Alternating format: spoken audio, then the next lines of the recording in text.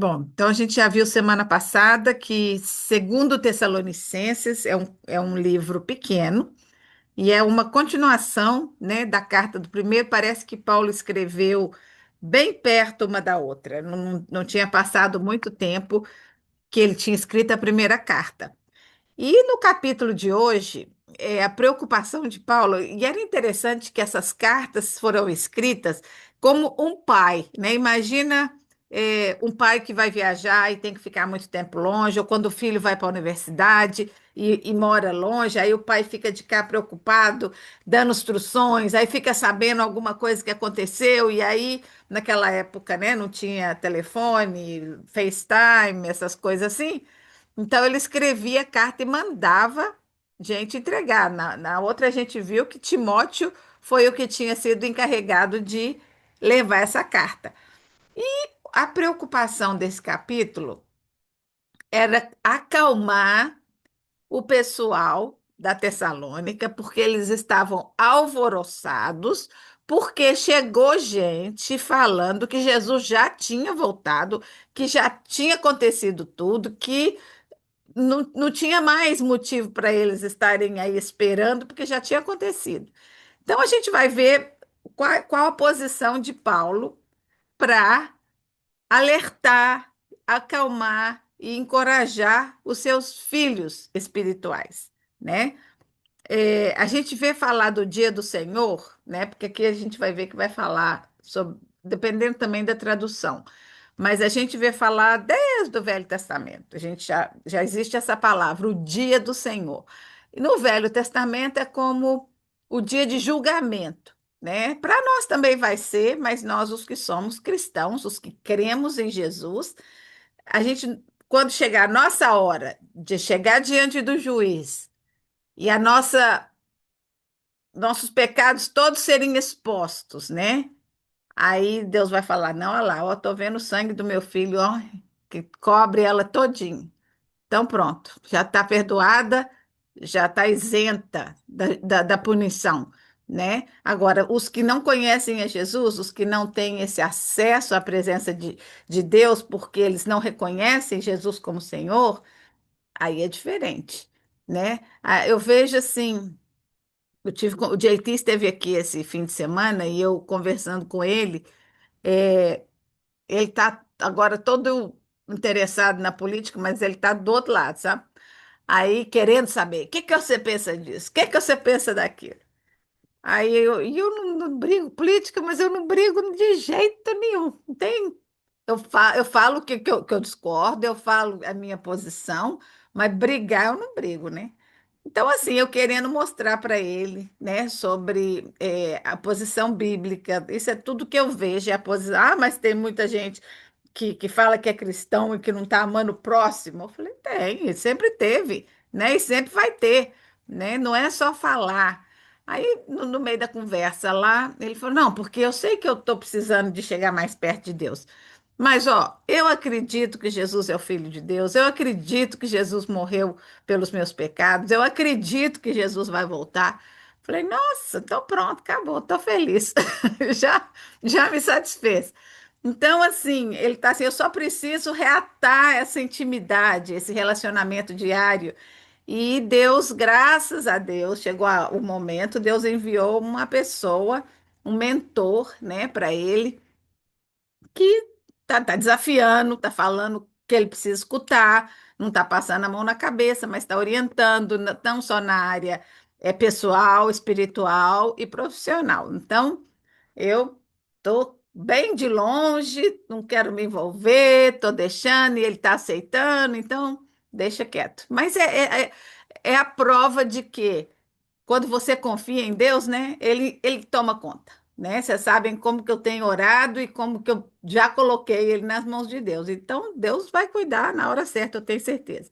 E aqui, Paulo, como um pai cuidando de um filho, está cuidando dessa igreja. Então, o propósito dessa carta, primeiro é corrigir o medo e a confusão que estava passando. Nós já vamos ler. Explicar o que que eles tinham que observar se eles estavam tão ansiosos para a volta de Jesus, ele deixou claro as coisas que iriam acontecer antes da volta de Jesus, o que ainda não tinha acontecido. E reafirmar a salvação e a firmeza deles, né?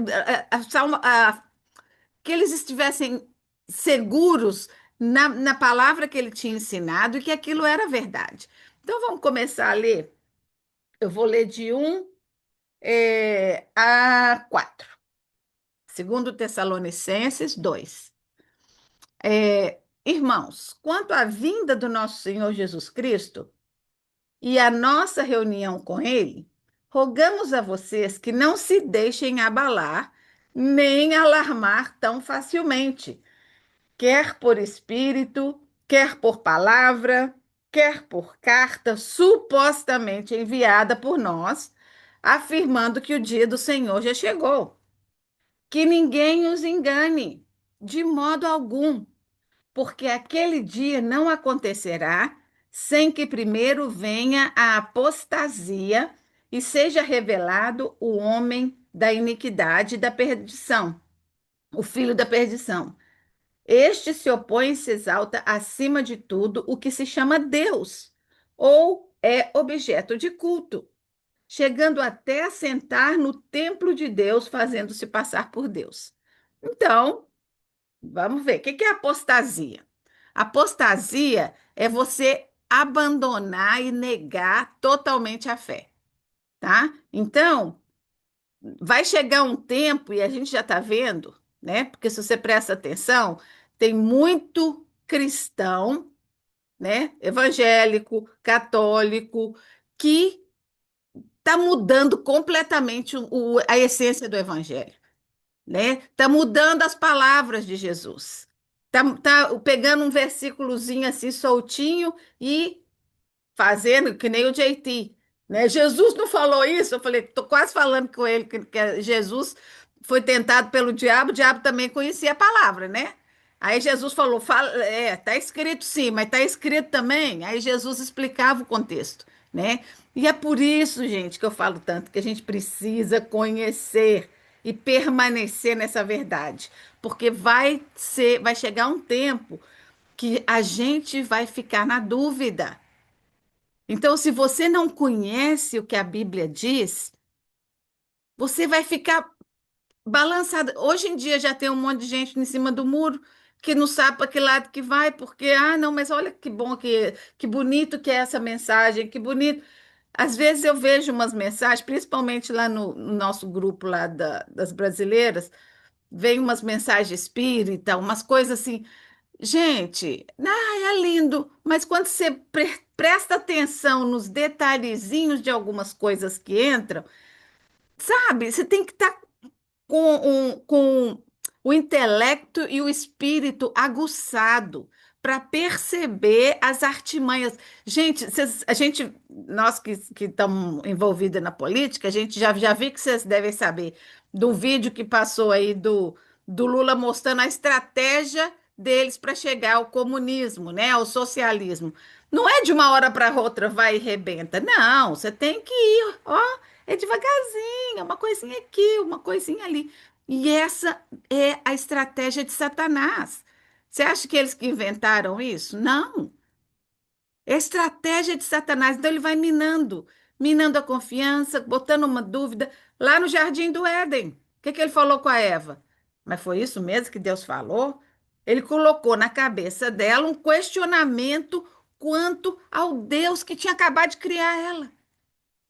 Então, o trabalho de Satanás é confundir o cristão. A única maneira da gente não ser confundido é conhecendo a Bíblia. Deus deu para a gente um manual para a gente ficar firme, né, e resistir às provações. É, Cristo oferece conforto para a gente quando a gente está firme nele. E Paulo queria que esses irmãos entendessem que quando eles estão alicerçados na fé em Jesus Cristo, as outras coisas elas são um complemento. Então, a esperar a vinda de Jesus a gente tem que esperar, a gente tem que desejar, mas não é só isso. né? A gente tem outras coisas que estão acontecendo, a nossa vida vai seguindo, a gente não pode parar de viver. Teve tanta gente, né? Que quando esses povos prevê aí, ah, não, que Jesus vai voltar no ano de não sei quanto, aí o povo corre todo mundo para o monte e assim, para de viver para esperar Jesus voltar. Para vocês terem uma ideia, a Bíblia diz que nem Jesus sabe o dia, só o Pai. Só Deus sabe. Então vai chegar um momento, do mesmo jeito que Deus falou, meu filho, está na hora, vai lá, vamos começar o plano da redenção do homem. Aí Jesus veio, se tornou bebê. Quantos anos se passaram de Gênesis até Mateus? Milhares de gerações, milhares, não, centenas de gerações haviam passado, né? Até que chegou ali, foi do ano ah, mil. Eu não vou falar besteira, porque depois eu falo para vocês direitinho, não vou falar número errado, não. Mas passou mais de 1000 anos. O povo ficou escravo por 400 anos no Egito, né? E antes disso já tinha Adão, Noé, Jacó. Então, assim, mais de 1000 anos haviam passado. Com a paciência de Deus, o plano de mandar Jesus já estava lá desde Gênesis. Moisés falou, Deus falou em Gênesis, Abraão falou que através dele todas as nações da terra seriam benditas. Depois Davi falou sobre esse plano, Davi falou sobre Jesus. Então, quando Jesus veio, Deus Jesus sabia que viria, mas ele não sabia a hora. Agora, na segunda vinda, é a mesma coisa. Quando Deus falar, pronto, meu filho, olha, já não dá mais, já dei tempo para todo mundo, a Bíblia diz que todo mundo vai ouvir a palavra de Deus. Todo mundo. Nas ilhas mais remotas, nas vilas e tribos pequenininhas no meio do nada. Todo mundo vai ouvir a mensagem do Evangelho e vai ter oportunidade de aceitar ou não aceitar. Então, essa é a, a paciência de Deus, né? Por isso que ele ainda não voltou. Mas vai chegar um momento que ele fala: vem, meu filho, está na hora. Vai buscar meu povo, vai buscar meus escolhidos, né? E é por isso que nós temos que fazer parte desses escolhidos, né? Porque não vai ser bonito para quem ficar para trás. Então, é, o erro deles foi ter acreditado nas abobrinha que as outras pessoas tinham falado. Infelizmente, naquela época, não era tão. Eles não tinham uma Bíblia, né? Então, tinham algumas pessoas que iam de um lugar para outro, e claro que depois de um tempo, Paulo não era o único que pregava. Então, tinha os que aprenderam com Paulo, que saíram pregando, mas tinham outros que escutaram e aí dali já mudaram um pouco e aí vinha influenciando, sem contar a influência dos judeus, né, que também eram parte integrante daquele grupo evangélico, né, da igreja primitiva, tinham muitos judeus. Então, assim, era perigoso, por isso que Paulo mantinha tanto contato. Hoje, no capítulo que eu li de manhã, da minha leitura, foi Atos 12, 13 ou 13, 14. Então, assim, mostrando as viagens de Paulo, é interessante porque ele foi para um lugar, aí foi para outro, aí falou: não, vamos passar ali para ver como é que está esse pessoal de lá, vamos passar. Então, assim, ele ia, levava o evangelho, passava para outro, mas depois queria voltar para saber como estavam os irmãos que ele tinha ensinado o evangelho, né? Então, ele quer que o povo se proteja contra os falsos profetas, pregações enganosas e até documentos. Olha só, eles tinham recebido uma carta que dizia que Paulo tinha enviado. Agora, eles deviam entender que Paulo, aqui, nessas cartas, eu acho que só teve uma carta que ele não escreveu do próprio punho. Quase todas as cartas ele escrevia, ou ele ditava, mas ele tinha a sua maneira peculiar de começar, de terminar. Então, as pessoas que o conheciam deviam entender, né, um pouquinho como que era o linguajar de Paulo, mas eles não entenderam. Então, é, aí ele vai esclarecer. O dia do Senhor ainda não chegou. Ainda não aconteceu, fiquem tranquilos. Então vamos ver, quais são os eventos que ele falou que ia acontecer? Olha aqui no versículo 3. Não acontecerá sem que primeiro venha a apostasia e seja revelado ao homem da iniquidade, o filho da perdição. A apostasia a gente tem visto muito hoje em dia, né? Muita gente, primeiro os que eram cristãos que já não quer mais, outros que já não estão nem interessados, que não eram cristãos, mas não estão interessados, e o filho da perdição. Quem é o filho da perdição? Satanás, né? A gente sabe que ele está livre, mas ele tem coleira, né? Deus dá a cordinha para ele ir um pouquinho, que nem vocês quando sai com seus cachorrinhos aí para passear, né? Você deixa aí, de vez em quando você dá uma puxada, e com Satanás é assim. Ele está solto. A gente viu várias histórias na Bíblia, inclusive a história de Jó, né? Que Deus tem contato com ele, Deus conversa com ele. Ele está debaixo da autoridade de Deus, né? Quando ele foi encontrar com Jó, parece que ele, não sei se uma vez por ano, uma vez por milhares de anos, né? Eles têm aquele encontro lá e Deus falou: Viu, meu servo Jó? Olha que fiel que ele é. Olha que homem íntegro, que homem é, de caráter, né? Aí Satanás falou o quê? Mas claro, você está abençoando ele, olha lá. Olha que casa maravilhosa. Olha quantas mulheres. Olha os filhos dele, que bonito. Olha o gado, olha tudo que ele tem. O que que Deus falou? Então tá, vai lá, tira dele. Então, assim, Deus deu permissão a Satanás, né? Se Deus não tivesse dado essa permissão, Satanás não ia poder ter ido lá machucar né, fazer Jó sofrer. Mas tudo tinha um propósito. Tinha um propósito. Não era só para fazer Jó sofrer. Como Jó mesmo disse, eu te conhecia só de ouvir, antes que tudo isso me acontecesse.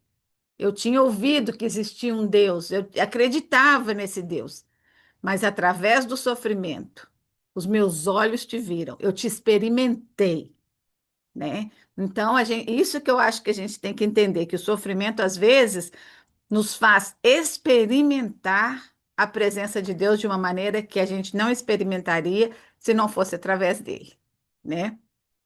Então, é, essa apostasia é uma grande rejeição generalizada da verdade, como a gente tem visto hoje. A verdade virou mentira, a mentira virou verdade, o que é certo está errado, o que está errado está certo. Assim, a gente tem visto de uma maneira, eu acho assim, todas as eras, né, vamos dizer, a cada 100 anos, colocando assim, passaram por coisas dramáticas, né? Teve o Holocausto, teve as guerras mundiais, teve muita pestes, teve muita coisa que marcou uma era, né? E o povo, eu imagino que naquela época o povo devia pensar, pronto, chegou, né? Pior do que isso não vai ficar, mas está ficando, né? Aí melhorou. Então, assim, eu acho as coisas estão horríveis, a gente está vivendo um mundo que é difícil de imaginar criar filho nesse mundo louco, né? Onde os valores estão totalmente deturpados, mas já existiu coisa pior, né? Então, assim, Deus sabe exatamente quando é. Ele enfatiza que antes da vinda de Cristo, haverá um afastamento da fé, conhecido como essa apostasia. Esse desvio espiritual é um sinal importante. Então, a gente tem que prestar atenção, né? Não é, não, chegamos, já está no fim do mundo. Não, mas olha, é um sinal. Jesus falou: você sabe olhar para o céu e falar se vai chover ou se não vai. Então, aprenda a perceber os sinais da vinda do Filho do Homem, né? Então, como que eu vou perceber? Estudando a Bíblia, né? O que que Jesus falou lá no Mateus 24? Haverá guerras, rumores de guerras, pestilências, tempestades. Então, tudo isso já existiram em outras épocas, mas quando a coisa começa a parecer que está exagerado, e eu também acho, hoje em dia, que pela internet a gente tem acesso a uma multidão de informação tudo junto. Então, parece que faz ficar muito maior ainda, né? Mas vamos ficar atentos. Ah, para quê? Vou ficar atento para quê? Para ficar com medo? Para ficar.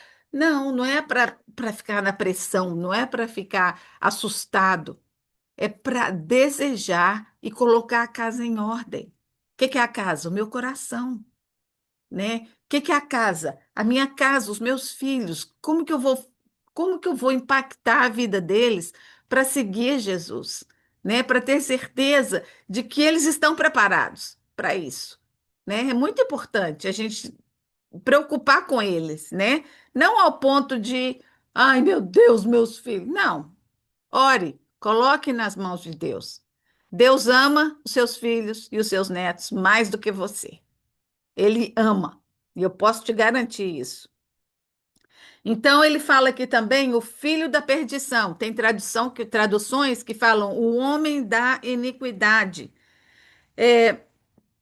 A Bíblia fala em vários lugares, no livro de Apocalipse ainda melhor, que esse é chamado o anticristo. Então ele se opõe a tudo que é divino. É que ele mesmo fala, ó, se opõe e se exalta acima de tudo que se chama Deus, ou é objeto de culto. Eu vou falar uma coisa hoje, eu não gosto de tocar nesse assunto, nós já falamos que aqui a gente vai se limitar com as coisas que nos unem, né? Então, mas eu vou falar uma coisinha, não é crítica, é um comentário, tá? Então, por exemplo, eu já falei várias vezes sobre a adoração a Deus e tudo. Então, eu acho que o inimigo, ele quer tirar o foco de Deus. Então, como que ele fez isso? Antes, muitos anos atrás. Ele falou: ah, se eu colocar outras pessoas dentro da igreja, que as pessoas vão adorar, né? Então, por exemplo, a Igreja Católica, ela enfatiza certos santos, né? E dão a eles uma. Nós já conversamos aqui, eu acho que entre vocês todas conhecem a autoridade de Deus, vocês admiram essas pessoas, né? Mas adoram a Deus. Mas eu fico pensando assim, esse é uma artimanha de Satanás que foi colocada para tirar o foco de Deus. Então, eu conheço pessoas que, na hora do desespero, em vez de correr para Deus, vai correr para Maria. E isso não é o que Deus quer. Ele quer ser o centro, ele quer ser aquele que você corre para ele, né? Jesus, o Pai, o Filho e o Espírito Santo, eles são os únicos.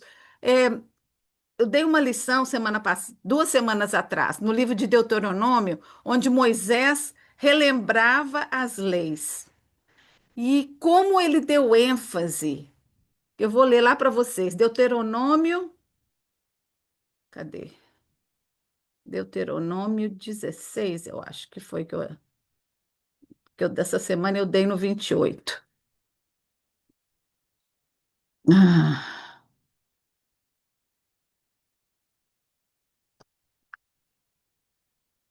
vou ver o capítulo que foi aqui. Acho que foi 28 mesmo, Deuteronômio 28. Eu queria que vocês olhassem na sua Bíblia, porque eles estavam a ponto de entrar na terra prometida, a ponto, estava do outro lado do Jordão, o pobre Moisés sabia que ele não ia entrar, mas ele estava tão preocupado com aquele povo de cabeça dura que ele relembrou todos os 10 mandamentos de novo e falou da importância de ser fiel a Deus, né?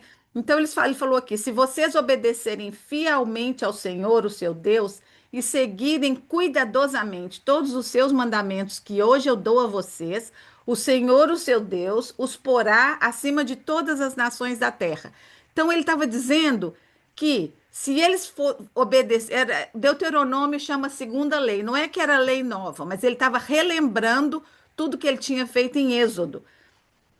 Ai, gente, eu queria tanto achar onde que ele, qual que foi a lição que eu, não foi esse capítulo, não. 28. 12, Deuteronômio 12. Olha só, vamos lá no Deuteronômio 12. Estes são os estatutos e as ordenanças que você devem ter cuidado de cumprir enquanto viverem na terra que o Senhor, o seu Deus, os deu. O Deus dos seus antepassados deu a vocês como herança. Destruam completamente todos os lugares nos quais as nações que vocês conquistarão adoram os seus deuses, tanto os altos montes, ó. Derrubem seus altares, esmigalhem as suas colunas sagradas, queimem os postes, despedacem as imagens dos seus deuses e eliminem desses lugares os nomes deles. Vocês, porém, não adorarão ao Senhor seu Deus como eles adoram os seus deuses. Ali, na presença do Senhor, você e sua família comerão, se alegrarão. Então, aqui ele estava instruindo, né? Então ele fala: amem no capítulo anterior, amem o seu Deus, o Senhor seu Deus, e obedeçam sempre os seus preceitos, os seus estatutos e as suas ordenanças. Então, aqui todo aqui ele estava falando diretamente, e uma coisa que eu aprendi nesse estudo que eu fiz nas 2 últimas semanas é que as leis dadas para Israel, elas eram umas leis nacionais, né? Era para todo o povo. Então, se uma pessoa fazia besteira, todo mundo pagava por ela. Depois, a nova aliança feita depois de Jesus é pessoal. É entre eu e Deus. Por quê? Porque Deus está interessado no meu coração, né? No meu coração. Ele não divide a honra dele com ninguém. Ele quer ser o único que tem lugar, nem filho, nem marido, nem trabalho, nem posição social, nada pode ter o primeiro lugar no nosso coração antes de Deus. Então, quando a gente é, divide, né, o nosso coração com outras coisas, fica muito fácil de ser influenciada. Então, eu falei para vocês que eu fui em Fátima e eu fiquei assim, assustada de imaginar que 3 crianças contaram uma história que virou essa coisa toda que é Fátima. Não estou falando que é mentira, mas eu lendo a Bíblia ontem, Pedro e João, quando fizeram o homem levantar, né, o coxo andar, as pessoas queriam ajoelhar e adorar. Eles falaram: não, adora a Deus somente. Eu sou um homem como vocês. Então, nenhum homem que serve a Deus de verdade, se ele tivesse a oportunidade de te dizer, ele ia dizer: não, isso não, porque eu quero que adorem a Deus, né? Hoje quiseram, na minha leitura de manhã, quiseram fazer a mesma coisa com Paulo. E Paulo diz: não, levanta, eu sou um homem como vocês. Os anjos em Apocalipse, quando Jesus apareceu para ele, estava conversando, João, assustado, ele se caiu de joelho diante do anjo. E o anjo falou: não, só tem um que é digno de adoração e de louvor. É Jesus, é Deus, né? Então, eu não vou, não estou contradizendo vocês, eu estou dizendo biblicamente o que Deus quer de você, no seu coração, Ele quer ser único.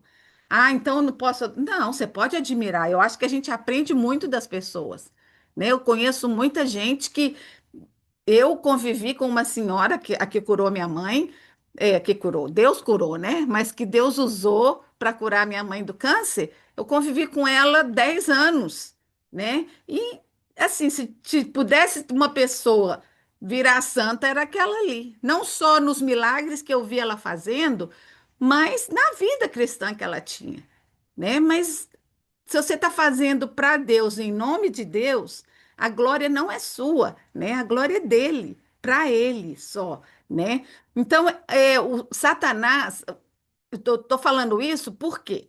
Porque esse anticristo vai chegar e a Bíblia diz que ele vai enganar até os escolhidos. Por quê? Ele vai fazer milagres, ele vai fazer pessoas ressuscitarem.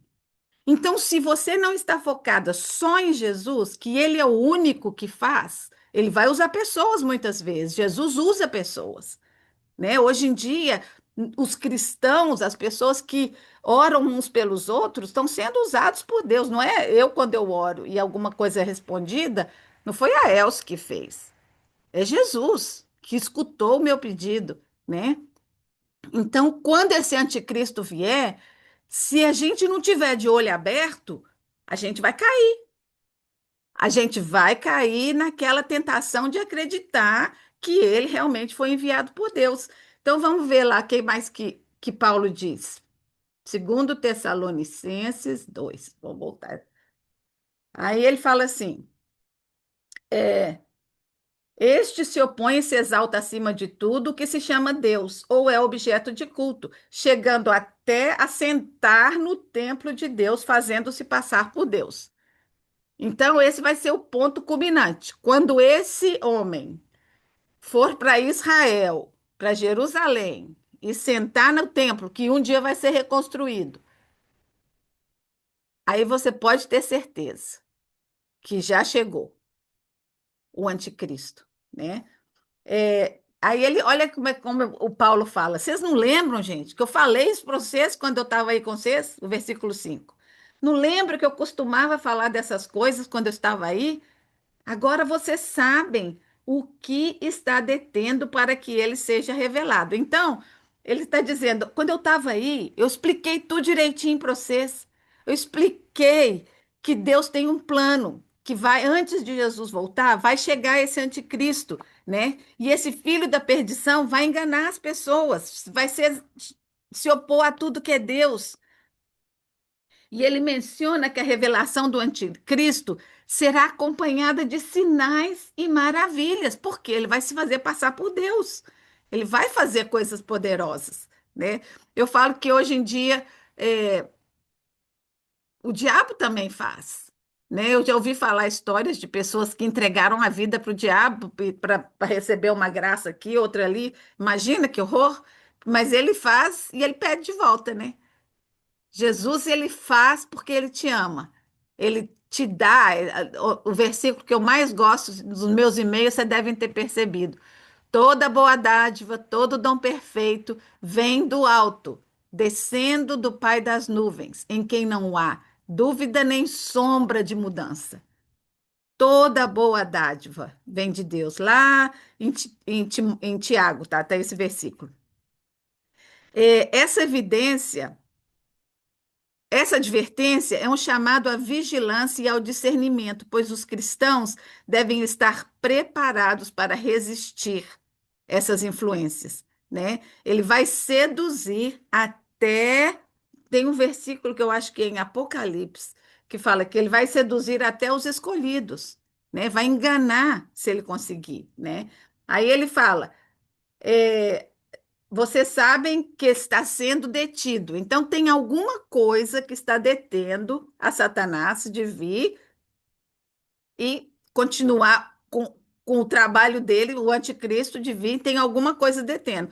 O que que é? Eu, na minha opinião, aqui eu vou te mostrar para vocês opiniões várias, né? Então, primeiro, vamos ver as interpretações. Vários estudiosos da Bíblia interpretam de alguma maneira. O que que detém? Aqui fala assim, do versículo 6. Agora vocês sabem que o está detendo, para que ele seja revelado num devido tempo. A verdade é que o mistério da iniquidade já está em atuação, ele está por aí, né? Faltando apenas ser afastado aquele que agora o detém. Então será revelado o iníquo a quem o Senhor Jesus matará com o sopro da sua boca e destruirá pela manifestação da sua vinda. A vinda desse Nico é segundo a ação de Satanás com tipo de poder, sinais e prodígios falsos, bem como toda forma de injustiça para enganar os que perecem, pois não acolheram o amor e a verdade a fim de serem salvos. Por essa razão, Deus envia a eles um poder sedutor, a fim de que creiam na mentira e sejam condenados todos os que creram na verdade. Então, ali, quando esse anticristo estiver no poder, né, e perseguindo ainda muito mais os cristãos, estava assistindo um negócio ontem que na Nigéria é o país que mais persegue cristãos. O número é assombroso. O número de pessoas que já foram mortas, de cristãos missionários ou gente de lá mesmo que se converte, é incrível de pensar. Então, vamos ver aqui algumas das interpretações. Umas pessoas acham que isso foi para aquela época e o que estava parando era o governo romano. Outros, o que é a minha posição, é a pregação do evangelho.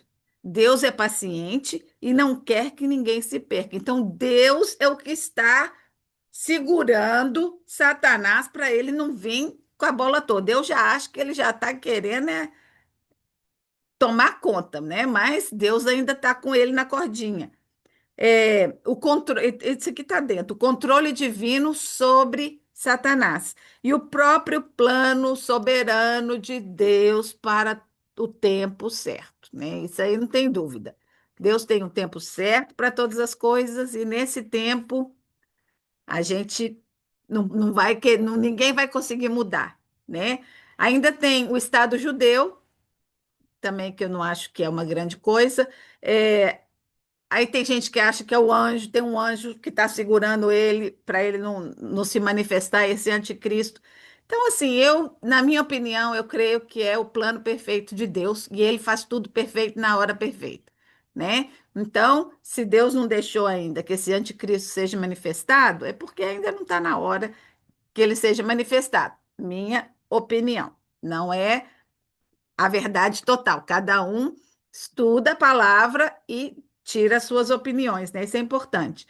Acreditamos que o limitador não seja além, como eu disse, além do Espírito Santo, o próprio Espírito Santo esperando o tempo certo de Deus. É, a obra do iníquo, quando for revelado, então, ó, sua vinda será segundo a ação de Satanás, com poder, sinais e maravilhas, seduzindo os que rejeitam o que ele diz. Então, se você aceita a Bíblia, ele vai tentar te seduzir, vai tentar te tirar. Por que que os muçulmanos são tão agressivos, né?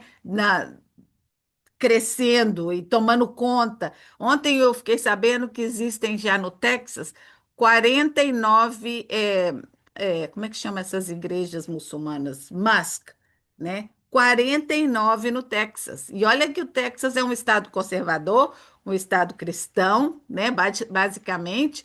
Então, assim, eles estavam comparando, por exemplo, Nova York, né, que agora tem um muçulmano no poder, né? Então, é eles devagarzinho infiltrando, e eles querem tomar o mundo todo.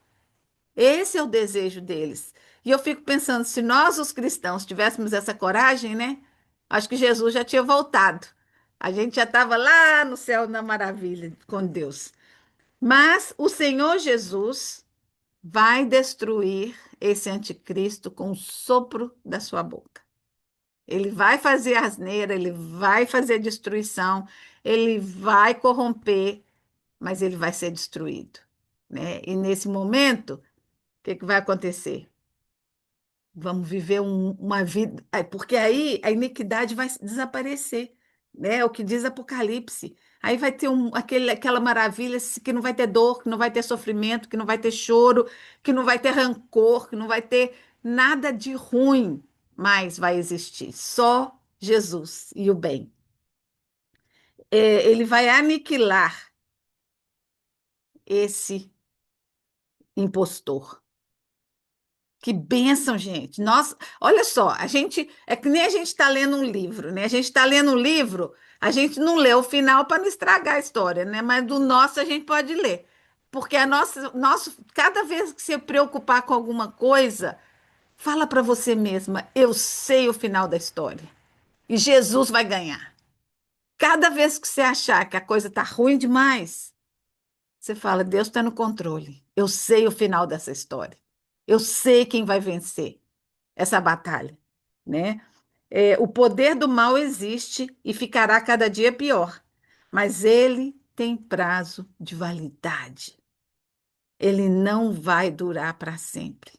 Cristo garante o fim. Ele já é vitorioso, ele ganhou essa batalha na cruz.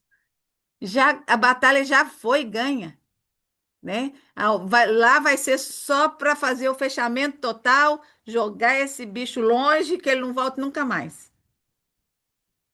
Então, Paulo termina orando pelos irmãos da Tessalônica, né? como que ele considera? Amados do Senhor, escolhidos para a salvação, chamados pelo Evangelho, destinados a participar da glória de Deus. Olha só, vamos ler o versículo 13. Contudo, devemos sempre dar graças a Deus por vocês, irmãos amados, pelo Senhor, porque Deus os escolheu como primeiros frutos para serem salvos pela obra santificadora do Espírito Santo e pela fé. Ele os chamou para isso, por meio do nosso Evangelho, a fim de que se tornem participantes da glória do nosso Senhor Jesus Cristo. Portanto, irmãos, permaneçam firmes e apeguem-se às tradições que foram ensinadas a vocês, quer de viva voz, quer por carta nossa. Que o próprio Senhor Jesus Cristo e Deus, o nosso Pai, que nos amou e nos deu eterna consolação e boa esperança pela graça, deem ânimo ao coração de vocês e os fortaleçam para que tantos os seus atos como as suas palavras sejam bons. Então, o que eles devem fazer? Ele enfatiza que a apostasia envolve não apenas a rejeição da fé, mas também a aceitação desses ensinos. Então, mantenha firme, fica agarrado à palavra da verdade. Ele menciona que muitos serão seduzidos, né? Cuidado, né? A palavra de Deus traz liberdade, e é uma liberdade que dá paz. A mentira escraviza, né? Ela vai te cobrar coisas de volta. Mas a verdade de Jesus liberta e traz esperança, traz paz, traz alegria. Essa é uma chamada à vigilância, pois os cristãos devem estar atentos a não se deixarem levar por filosofias, ensinamentos que não têm fundamentos na palavra de Deus.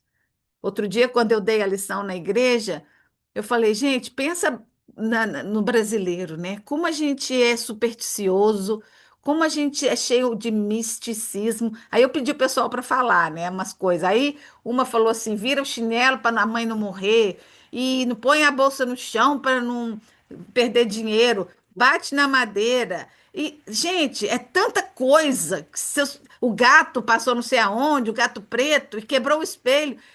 É tanta coisa que tem gente que passa a vida agarrado nisso. Faz uma coisa, a pessoa já assusta.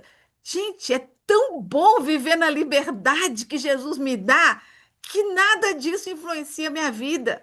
Nada. Se alguém fala para não botar a bolsa no chão, aí é que eu vou botar mesmo. Para desafiar aquele, né? Porque eu acho assim, não vai trabalhar não para ver se a bolsa vai encher de dinheiro, né? Então, cuidado, sabe? Carregar a fitinha do Senhor do Bonfim, a figuinha, um dente de coelho, é dente de coelho ou pé de coelho? Sei lá o que que é.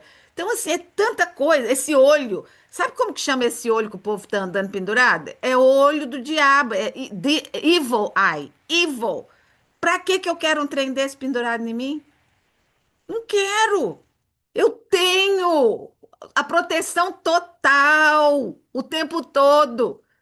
Os anjos do Senhor acampam-se ao redor dos que o temem e os livra. O que mais que eu quero? Não fala que é um anjo só, não. Fala os anjos. Eu tenho uma, sei lá quantos que Deus vai mandar, o tanto que ele acha que eu preciso. Então, gente, confia, sabe? Não se distraia com coisas que vão te tirar a atenção do que realmente é. Essas são artimanhas de Satanás, para nos distrair, para tirar o nosso foco de Deus e de Jesus. Permaneçam firmes no evangelho da fé, guardem os ensinamentos dos apóstolos, tanto dos discípulos de Jesus quanto de Paulo, né, que deixou tanta coisa preciosa escrita para nós.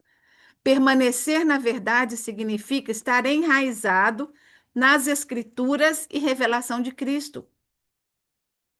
Isso é o que garante que a gente não vai ser seduzido, que a gente não vai cair, que a gente não vai ser levado por qualquer onda que chega, né? Para notícia mais nova, a gente, não, mas olha que bonito que é. Não, eu vou ali.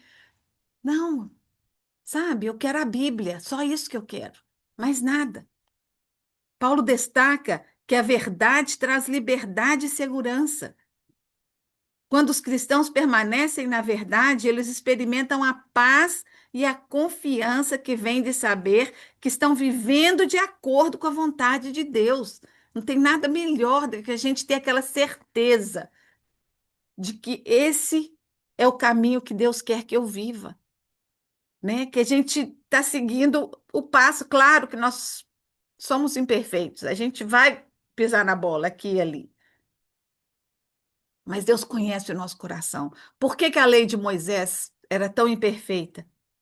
Porque era cheia de obrigações e de regras que eles cumpriam por fora, mas o coração estava longe, longe.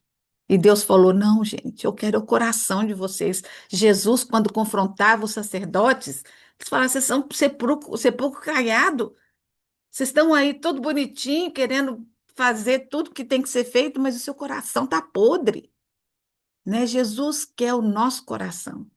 O desafio é: Deus, sonda o meu coração. Vê se tem alguma coisa na minha vida, no meu coração, que está te desagradando, que está me afastando de ti, que está tirando o meu foco da tua presença. Deus não, gente, Deus não tem medo. A Bíblia, lá em Apocalipse, fala que uma das igrejas que foi mencionada por Jesus, ele falou: o que eu tenho contra vocês é que vocês não são nem frio nem quente. Vocês são morno e eu estou a ponto de vomitar vocês da minha boca. Deus prefere ter uma pessoa fria que nega, que ele pode ir lá buscar pela coleira e falar: vem aqui, eu vou te mostrar quem eu sou. Ou aquele que questiona, que duvida. Lembra o moço lá que Jesus encontrou, que ele foi curar? E Jesus falou: você acredita? Ele falou: acredito, mas me ajuda na minha falta de fé.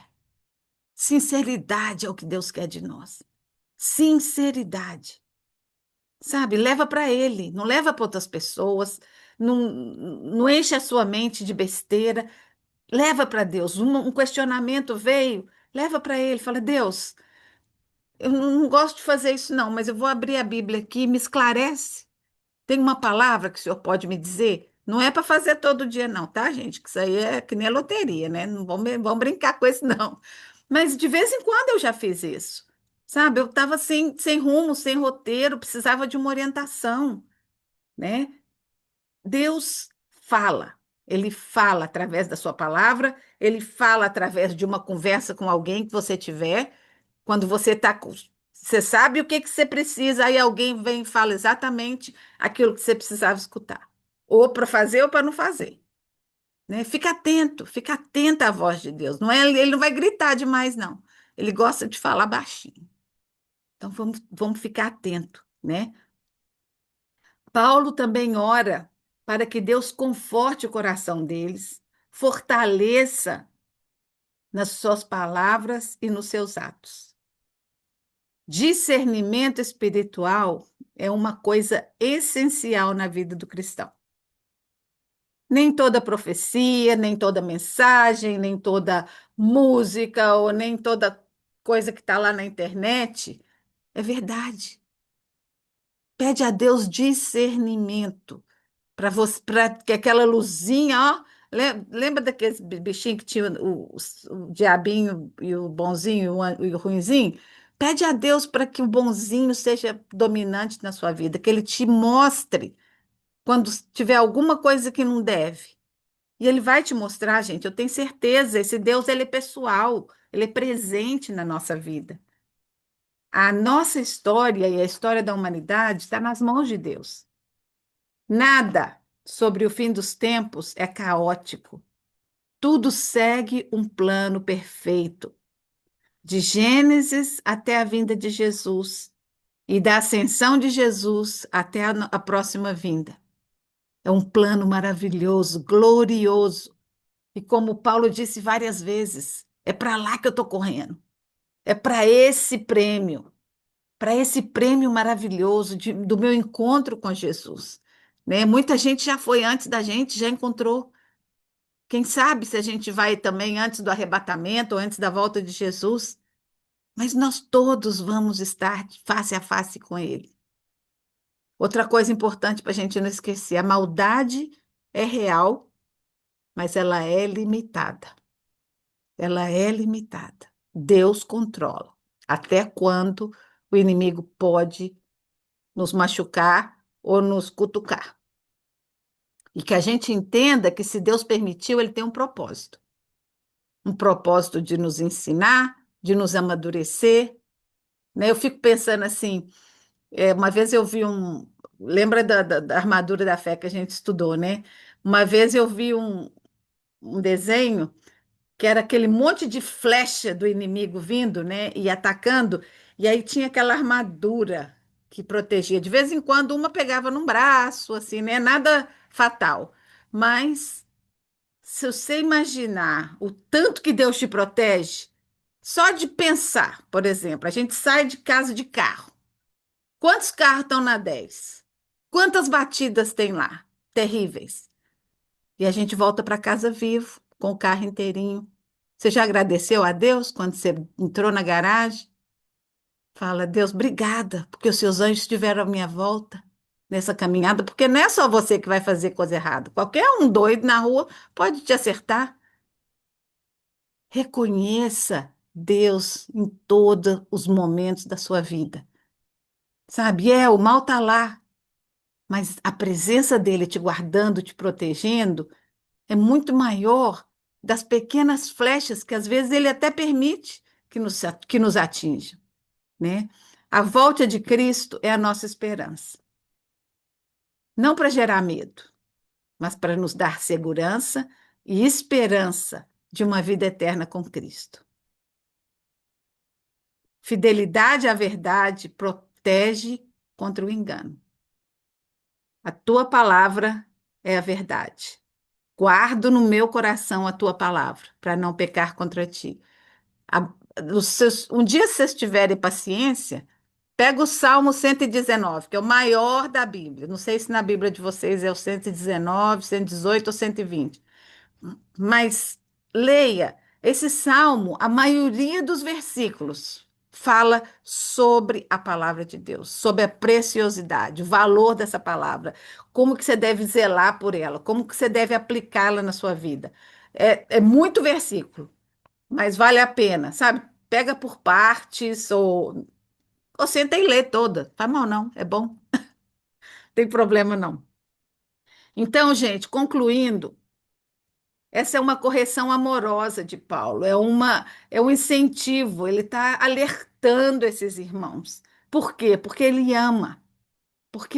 ama esses irmãos da Tessalônica. E ele quer que eles vivam uma vida de acordo com a vontade de Deus. Ele quer que eles se preocupem com os detalhes desse relacionamento com Deus, com a individualidade que Deus quer na nossa vida. Não devemos nos intimidarmos ou ter medo, mas devemos estar atentas aos sinais à nossa volta. Presta atenção, presta atenção. Dizem que o termômetro do cristão é Israel, né? Agora, a gente tem a obrigação, porque a Bíblia fala que a gente tem que orar por Israel. Vai dizer que Israel é perfeito? Não. Não foi antigamente, vai ser agora. Sempre pisou na bola, sempre fez besteira. Mas é o povo escolhido de Deus. E eu vou reclamar? Eu sou gentil, ele me escolheu, eu sou perfeita? Não, eu faço muita bobeira e ele me ama, né? Então, presta atenção nos acontecimentos de Israel, porque tem muito a ver com a vinda de Jesus. Jesus Cristo é a razão da nossa fé. Seja fiel a ele e aos seus ensinamentos. Como disse Paulo lá em João. Não, não disse Paulo, disse Pedro. Paulo disse o outro. É, em João 6,68, quando Jesus estava falando com os discípulos, falando do ministério, que ia ser difícil, que a vida não ia ser fácil. Aí um monte de discípulos foram embora. Aí Jesus perguntou para os 12: e vocês também vão querer ir? Aí o que que Pedro disse? Senhor, para quem iremos? Só tu tens as palavras de vida eterna. E nós temos crido e conhecido que tu és o Santo Filho de Deus. Então, para onde que eu vou? Não tem lugar melhor do que na presença de Deus. E Paulo, Em 1 Coríntios 15, 19 disse: Se esperamos em Cristo só nessa vida, somos os mais miseráveis de todos os homens. É muito mais. A nossa vida cristã, ao lado de Jesus, é muito mais do que esse tempo que a gente passa aqui. A gente começa aqui, né? E aí depois vai terminar na eternidade. Que Ele abençoe vocês, que vocês tenham um tempinho de ruminar, sabe? Isso sobre a volta de Jesus, sobre esses sinais, sobre conhecer a Bíblia e ter discernimento das coisas que são bíblicas e das coisas que são criação de homens, né? Quem é o centro do seu coração, né? Tudo isso eu acho que a gente precisa pensar. E o mais importante, a gente está entrando na semana do ano que todo mundo fala de gratidão, né? De Thanksgiving. Seja agradecido, sabe? Lembre de agradecer pelas mínimas coisas que Deus tem cuidado de você, as mínimas. Deus tem cuidado das suas netinhas, Luci, para lá e para cá, né? De viajando.